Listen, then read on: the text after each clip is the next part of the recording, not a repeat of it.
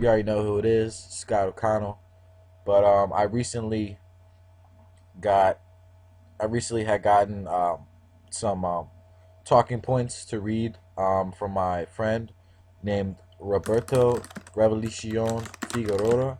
Sorry if I pronounced your name incorrectly. He's better known as Rev. The following is a question presented to Roberto. He was asked, "Hello, Rev. My question for today is, what is the Illuminati?" Rev proceeded to answer, "Thank you for this great question. My goal tonight will be to offer as brief an explanation as possible, if possible. My explanation won't be very extensive, especially because everyone has to make up their own mind about each conspiracy theory. Conspiracy theories can range from being extremely complex and elaborate to totally nonsensical. Part of what makes conspiracy theories so complicated is that some of them, even the absurd ones, may or may not have some sprinkling of truth in them.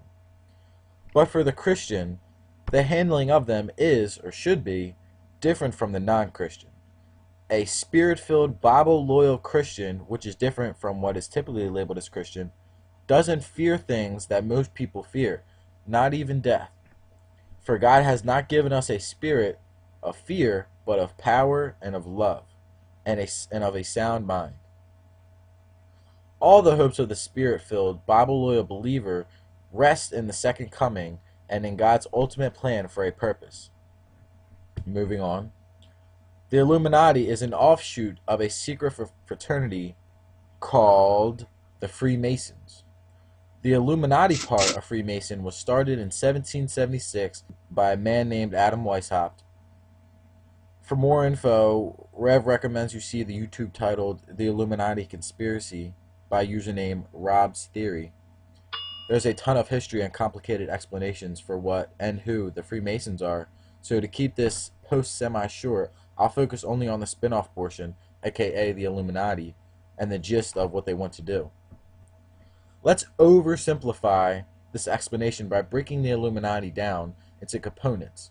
There's 1, a religious component, 2, a political component, and 3, a financial component.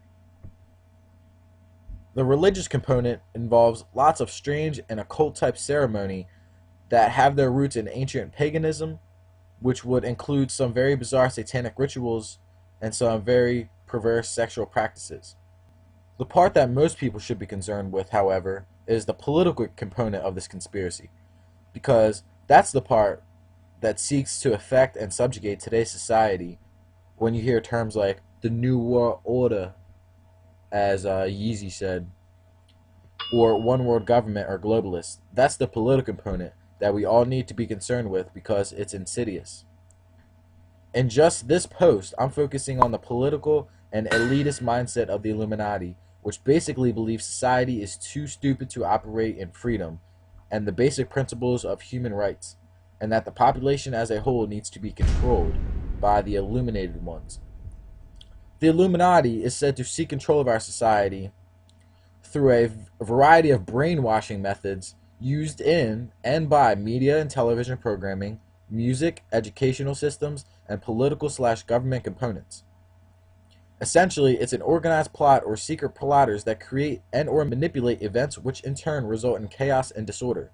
And then it later presents itself as a solution to the chaos and disorder it caused so that society will give itself over to the control willingly due to fear and uncertainty. It's called problem reaction solution. You create a problem, the people demand a reaction, and then you offer a solution for the problem you covertly created. There are